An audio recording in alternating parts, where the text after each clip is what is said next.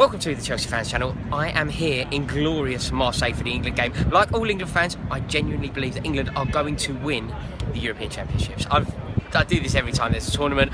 I build my hopes up, and in the past I've been disappointed, but this time more than any other time. There's a great vibe around the city. It really is buzzing. You know, there's loads of England fans everywhere, loads of Russian fans, loads of neutrals. The French people have been so accommodating, and it's just, you know, people cannot wait for this tournament to start. I'm so excited. It's just a pleasure to be here. Of course, Marseille is a hotbed of European football. You know, I can vaguely, you know what, I can't actually remember it, but I know they've won the European Cup in relatively recent years, and it's got me thinking about some of the players that have, you know, the crossover between Chelsea Football Club and Marseille. You know, two brilliant football clubs. Let's sort of explore the link between the two. You know, there's some obvious ones. You know, there's Loic Remy, there's Tony Cascarino, but there is actually some really good players, and the overlap is very interesting actually.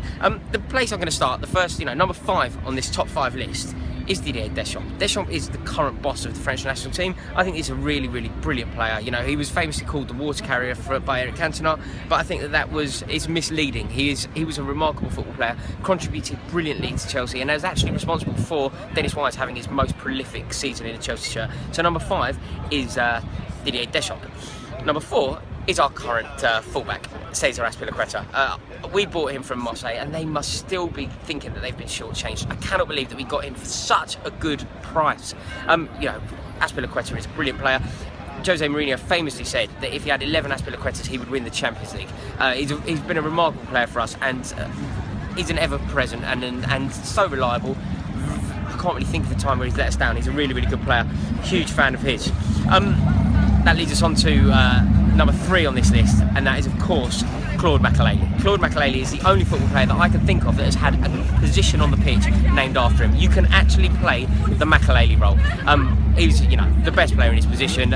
He would get into any team, and I genuinely think that he is a superb player, and it's a great overlap.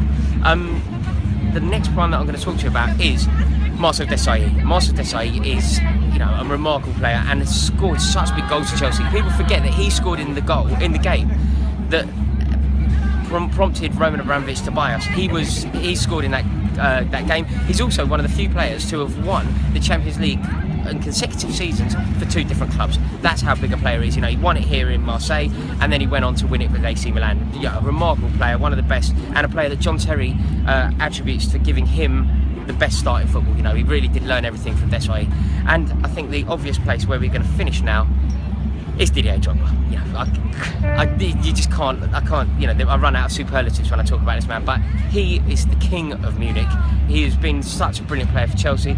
Marseille loved him, and one of my first memories of Didier Drogba is when he scored a couple of goals against their rivals, against Paris Saint-Germain in the Parc des Princes. Huge overlap between the two. Have I missed any out? Do me a favour, comment below, let me know if I've missed any out. And it's just a joy to be here, and I will be bringing you some regular updates. Will you do me a favour just so I can monitor it? If you enjoyed this video, just give it a thumbs up, just so that I can tell that you're liking the content coming from France for the Euros. Go on, England.